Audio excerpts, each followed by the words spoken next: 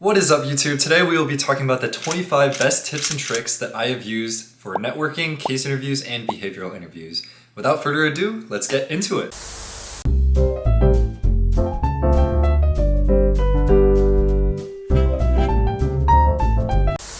Starting off with section 1, networking. The first tip for networking is to be prepared for every single call. Research their LinkedIn, customize your questions beforehand, and perfect your 30-second elevator pitch. All of these things will help you come in with confidence and really build that fundamental relationship. 2, show that you have already done your homework at the firm that they are working at. This means asking consultants about specific aspects of the firm. For example, Bain, how they have the extra 10s and the home office staffing model, while BCG has like a regional staffing model. And then for a company like BCG, you could ask about the regional staffing model and the PTO. 3, remember to be yourself. People at these companies are taking time off their day kind of as like a relaxation break and just to be able to help the future generations. Be sure to show some enthusiasm, and being friendly is always a plus. 4, always remember to follow up. If they don't respond to you in a couple days or even a week, it is never a problem following up onto your previous conversation.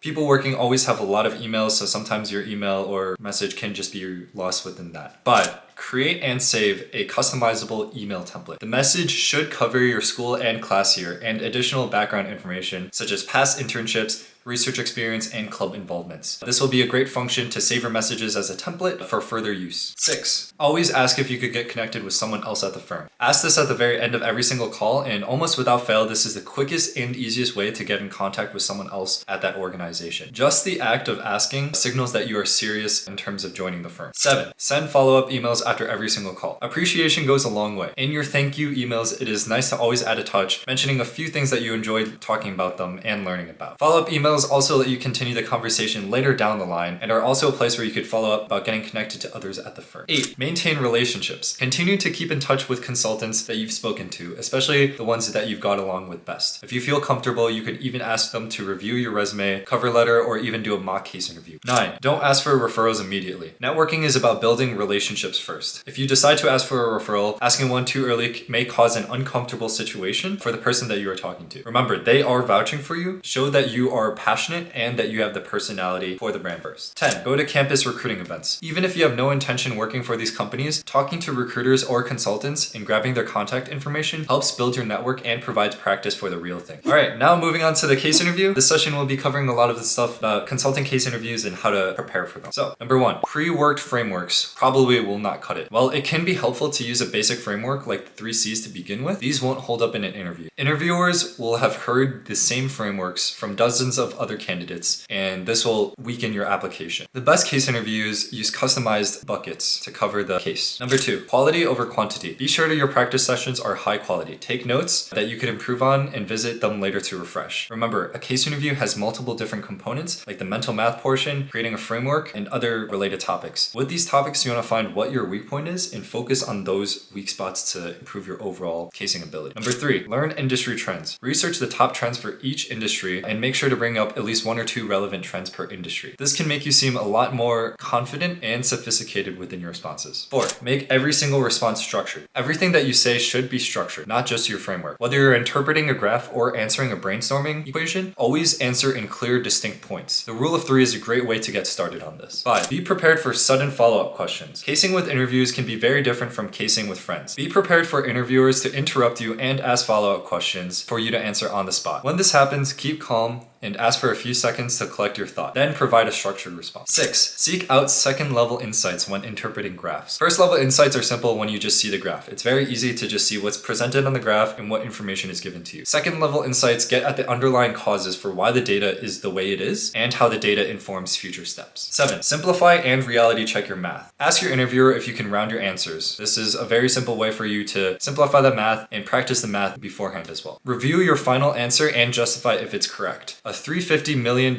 market size indicates that each United States citizen on average spends about $1 per year on that product or service. 8, use hypotheses-driven approaches. Clearly share what you hypothesize is the answer to the case question. Explain why you think it's the case and what information you need to validate it. As you progress through the case, keep the interviewer updated on changes to your hypothesis. 9, keep a high head. Casing does not come naturally to a lot of people. A plan followed by action and consistency leads to results. Be very intentional about your casing practice. 10, take every every single case interview, even with companies that you don't want to work for or are not even interested in. It is always good practice for mock case interviews and will help you prepare for future interviews. All right, the last portion of this will be the behavioral interviews. And yeah, let's just jump straight into it. 1. Perfect your introduction. Don't skip out on the small talk. The small talk is the best way to build your rapport and connect with your interviewer. Additionally, your elevator pitch should be short but a comprehensive overview of your background and professional career. 2. Structure your thoughts. Follow the STAR framework: situation, task, action, and result. Though candidates are very qualified on paper, the behavioral interview is a way for you to express your ideas in a simplistic manner, and having organized thoughts will go miles. 3. Connect every response back to your future role as a consultant. Help the interviewer envision what it's like for you to be at the firm. Even if you're talking about something within the CS field or even project management, connect the experiences that you've gone through back to why you would be a good consultant. 4. Prepare generalizable stories. Plan out common interview questions and align your prior experience to these. You may need to think of a conflict and problem that you have faced in each of your professional endeavors. 5. Prepare questions to ask the interviewer. These questions should be insightful and personalized, not questions that you could just Google within 2 minutes before the interview. Generic questions will make you appear unprepared, whereas thoughtful questions will make the interviewer more likely to move your application forward. Alright, so that's the very end of this video. I hope you found it helpful. Remember, case interviews, behavioral interviews, all those types of things take a lot of time to prepare for and practice. Success takes time. Results do not come overnight, so be very intentional about the way you prepare for interviews, even about networking. I would say just enjoy the process and learn from your mistakes, and also appreciate your efforts and be grateful for the opportunities given to you. I hope these tips were helpful. If they were, leave a like and feel free to subscribe to the channel.